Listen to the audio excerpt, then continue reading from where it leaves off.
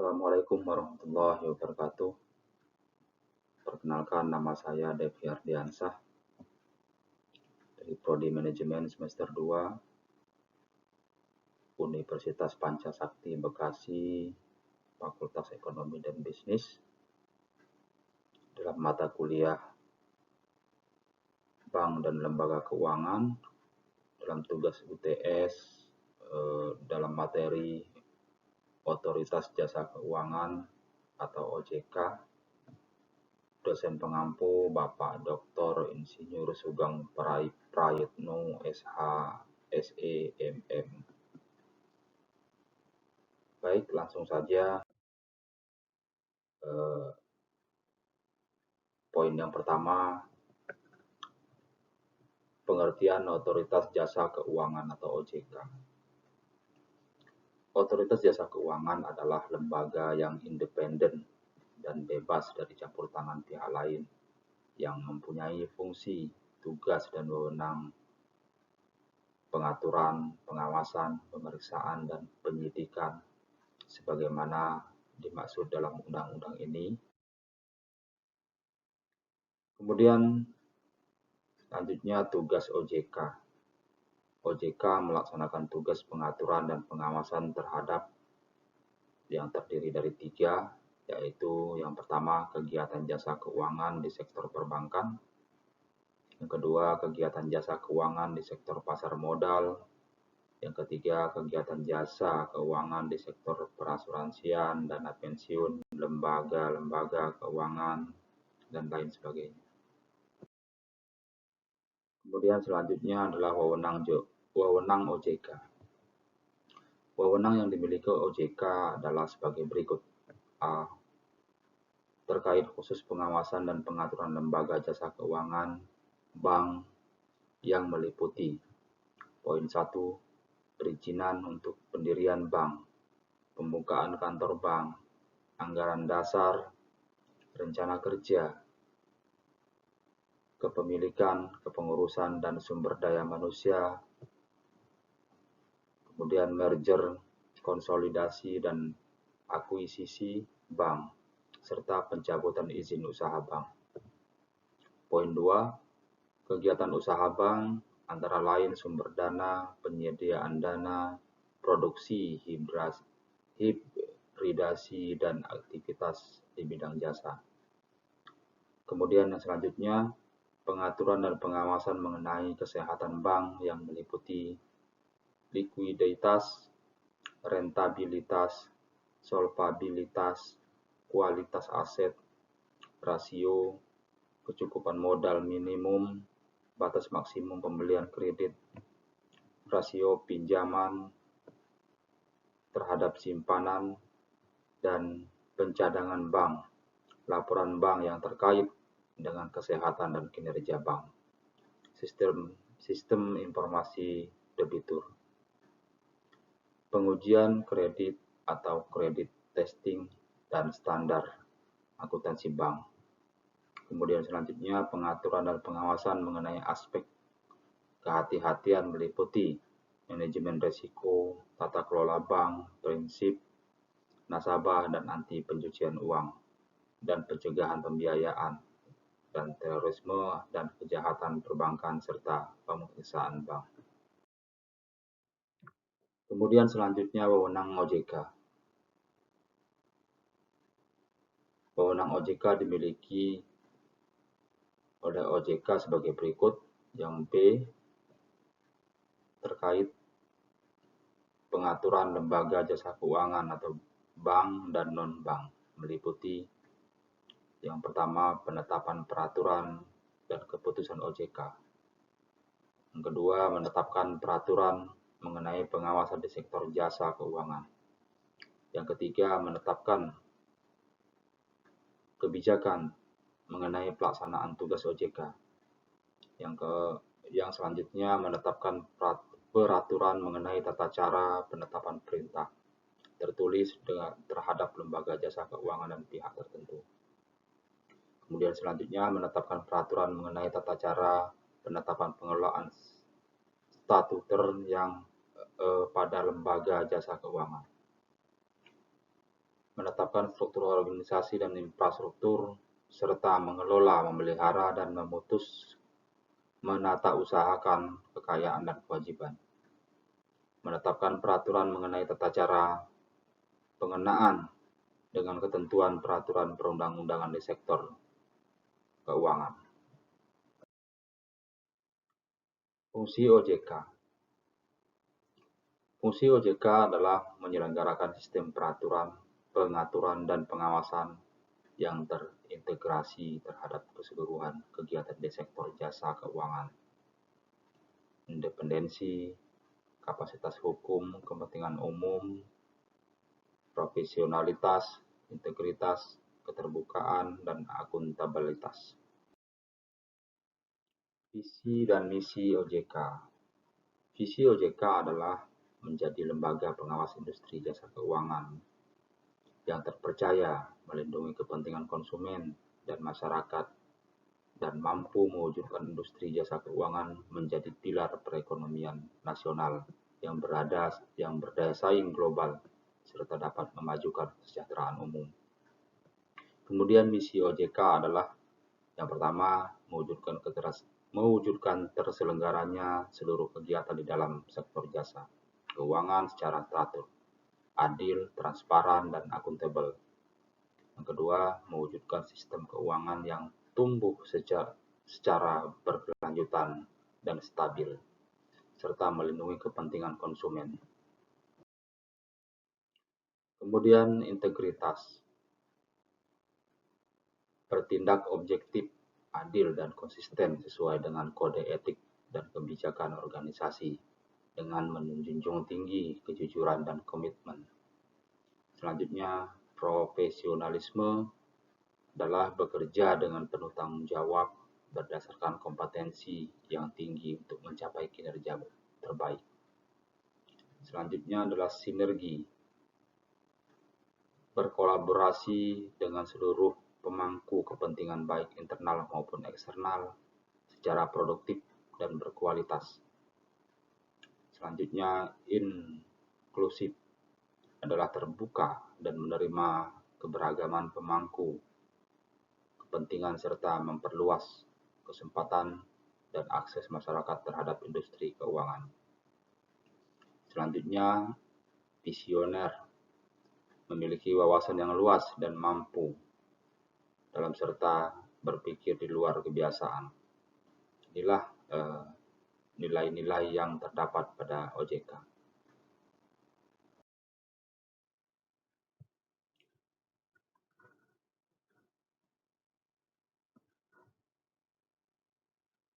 Selanjutnya, struktur organisasi OJK.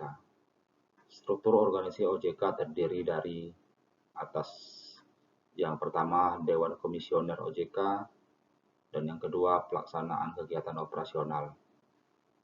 A. Struktur Dewan Komisioner terdiri atas ketua merangkap anggota. Yang pertama, wakil ketua sebagai ketua komite etik merangkap anggota.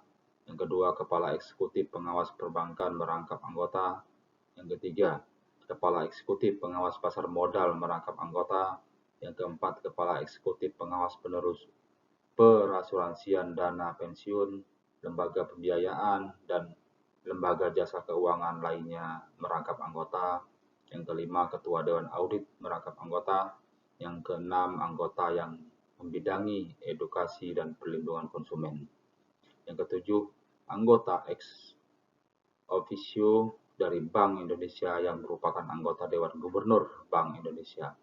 Dan yang kedelapan adalah anggota ex officio dari Kementerian Keuangan yang merupakan pejabat setingkat eselon Kementerian Keuangan. Kemudian yang B, pelaksanaan kegiatan operasional terdiri atas 1. Ketua Dewan Komisioner memimpin bidang manajemen strategi 1. Yang kedua, Wakil Ketua Dewan Komisioner memimpin bidang manajemen strategi 2. Yang ketiga, Kepala Eksekutif Pengawas Perbankan pemimpin bidang pengawasan sektor perbankan. Yang keempat, Kepala Eksekutif Pengawas Pasar Modal. Yang kelima, Kepala Eksekutif Pengawas Perasuransian. Dan dana pensiun, lembaga jasa keuangan lainnya yang memimpin bidang. Ketua Dewan Audit memimpin bidang audit internal. Yang keenam, anggota Dewan Komisioner bidang edukasi dan perlindungan yang memimpin bidang edukasi dan perlindungan konsumen. Kemudian selanjutnya tata kelola OJK yang terdiri dari tiga. Satu, Dewan Komisioner. Yang kedua, pengambilan keputusan dalam komisioner OJK. Yang ketiga, pengawasan OJK dan laporan pertanggungjawaban. Kemudian audit internal, manajemen risiko, pengendalian kualitas atau yang disingkat AIMRPK yang terdiri dari A, audit internal, B, manajemen risiko OJK, yang C, pengendalian kualitas. Kemudian selanjutnya pembiayaan OJK. 1. Sumber pembiayaan OJK menurut pasal 34 Undang-Undang OJK, anggaran OJK bersumber dari anggaran pendapatan dan belanja negara dan pungutan dari pihak yang melakukan kegiatan di sektor jasa keuangan. Yang kedua, pungutan ke pelaku industri keuangan. Rencananya OJK akan menarik pungutan dari lembaga-lembaga keuangan Indonesia. Mekanisme pungutan itu sendiri tengah digodok oleh OJK dan pemerintah. Kemudian praktik pungutan dari luar negeri. Setidaknya dari 80 negara di dunia yang lembaga pengawasan pungutan berikut ini adalah tipe pungutan yang berlokasi negara antara lain adalah Hong Kong, Estonia, Slovakia, dan lain-lain. Kemudian hubungan kelembagaan OJK. Hubungan OJK dan Bank Indonesia. Menurut pasal 39 Undang-Undang Nomor 21 Tahun 2021-2011, OJK bisa berkoordinasi dengan BI dalam pengaturan dan pengawasan perbankan, misalnya dalam hak kewajiban memenuhi modal minimum bank ataupun kebijakan. Penerimaan dana dari luar negeri, penerimaan dana valuta asing maupun pinjaman komersial luar negeri. Berikut ini berbagai bentuk nyata sinergi antara BI, Bank Indonesia, dan OJK. Yang A, OJK berkoordinasi dengan BI dalam membuat peraturan pengawasan di bidang perbankan. Hal tersebut merupakan salah satu contoh bahwa kesatuan langkah kedua lembaga harus selalu ada. Kombinasi kompetensi dari personel masing-masing lembaga dimaksud akan mampu menciptakan suatu tantangan atau aturan perbankan yang lebih sempurna. Penyamaan persepsi antara BI dan OJK dalam menentukan kebijakan atau pengaturan perbankan akan menghasilkan tatanan sistem perbankan yang tangguh dalam menghadapi segala kondisi.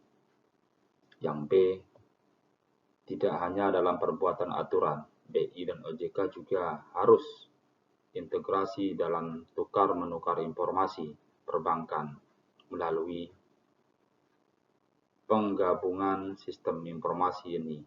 BI dan OJK akan lebih mudah mengakses informasi perbankan yang disediakan masing-masing lembaga setiap saat.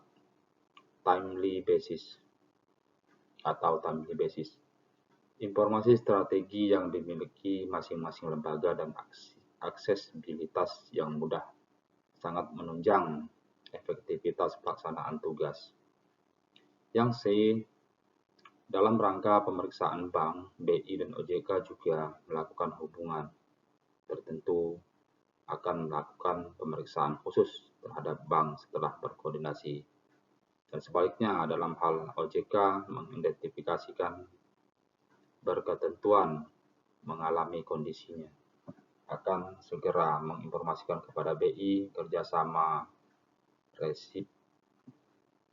resiprokal dimaksud sangat mengantisipasi dampak sistemik negatif dari suatu kondisi perbankan, dan kerjasama itu pula tindakan penanganannya tepat. Hubungan kelembagaan OJK. Kedua, hubungan OJK dan lembaga penjamin simpanan atau LPS sesuai pasal 41 Undang-Undang Nomor 21 Tahun 2011. OJK menginformasikan lembaga penjamin simpanan atau LPS mengenai bank dan bermasalah yang sedang dalam upaya penyehatan oleh OJK. Begitu juga LPS dapat dilakukan pemeriksaan terhadap bank yang terkait dengan fungsi, tugas dan wewenangnya, serta berkoordinasi terlebih dahulu dengan OJK. Kemudian selanjutnya pengawasan terintegrasi di OJK. 1. Perbedaan pengawasan sebelumnya dengan pengawasan di bawah OJK dilandasi semangat untuk memberikan perhatian kepada perlindungan dan edukasi bagi konsumen. Edukasi dan perlindungan konsumen keuangan diarahkan untuk mencapai dua tujuan utama. Yang pertama, meningkatkan kepercayaan dari investor dan konsumen dalam setiap aktivitas dan kegiatan usaha di sektor jasa keuangan. Yang kedua, memberikan peluang dan kesempatan untuk perkembangan sektor jasa keuangan secara adil, efisien, dan transparansi. Dalam jangka panjang, industri keuangan sendiri juga akan mendapatkan manfaat yang positif untuk memacu peningkatan efisiensi sebagai respon dari tuntutan pelayanan yang lebih prima terhadap pelayanan jasa keuangan. Yang kedua, latar belakang diberlakukannya pengawasan terintegrasi. Krisis ekonomi tahun 1997-98 yang dialami Indonesia mengharuskan pemerintah melakukan sektor perbankan dalam rangka melakukan stabilitas sistem keuangan. Sehubungan dengan hal tersebut, muncul pemikiran tentang perlunya suatu modal berfungsi mengawasi segala macam kegiatan keuangan. Setiap model pengawasan, kelemahan masing-masing lembaga pengawasan tersebut harus memiliki ketahanan, memiliki tingkat efisiensi dan efektivitas tinggi yang tercermin dalam kejelasan berbagai pembagian tanggung jawab dan fungsi, serta memiliki persepsi yang baik.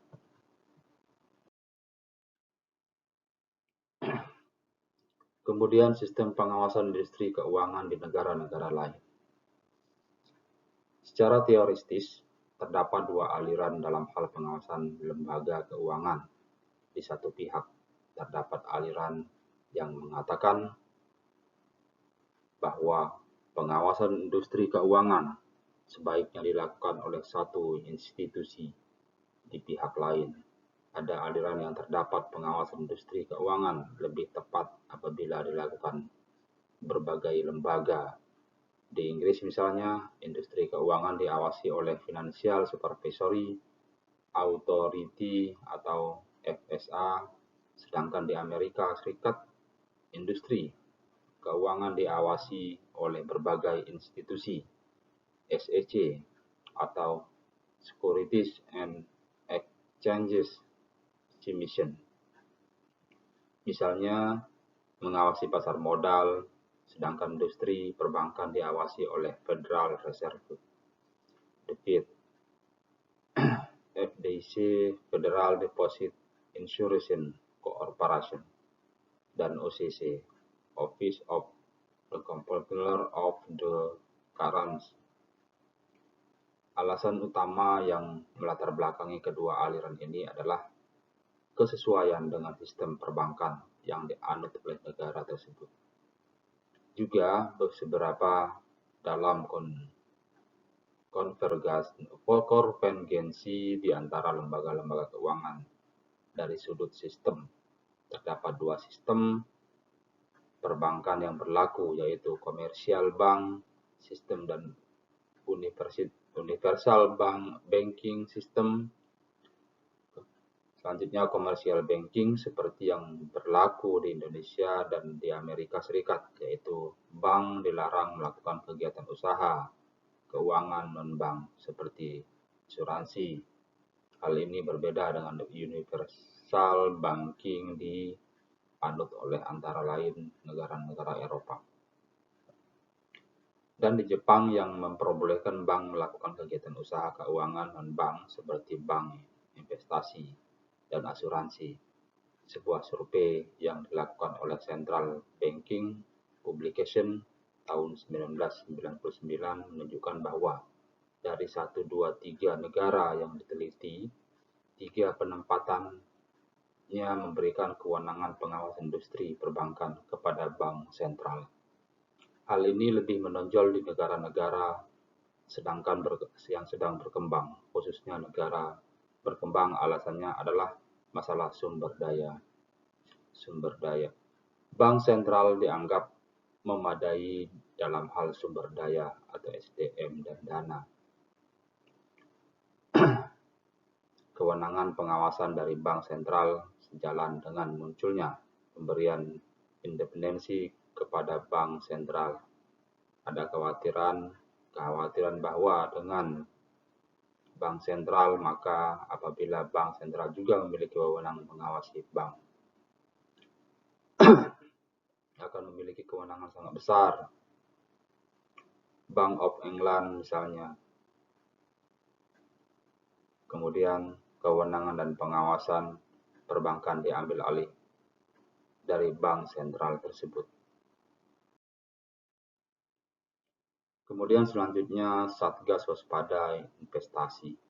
Satuan Tugas Penanganan Dugaan Tindakan Melawan Hukum di bidang pengelolaan investasi atau Satgas Waspada Investasi dibentuk berdasarkan surat keputusan Ketua Bapepam LK nomor Cap 208/BL/2007 yang ditetapkan pada 20 Juni 2007 yang berakhir diperpanjang dengan surat keputusan Ketua Bapepam LK nomor Cap 124/BL/2012 yang ditetapkan pada 19 Maret 2012. Satuan tugas atau Satgas ini merupakan hasil kerjasama beberapa instansi terkait yang meliputi 1. Regulator, OJK, BI, Bapepti, Kementerian Perdagangan, dan Badan Koordinasi Penanaman Modal atau BKPM, Kementerian Koperasi dan UKM.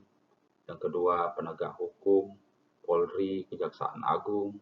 Yang ketiga, pendukung, Kementerian Komunikasi dan Informasi, PPATK.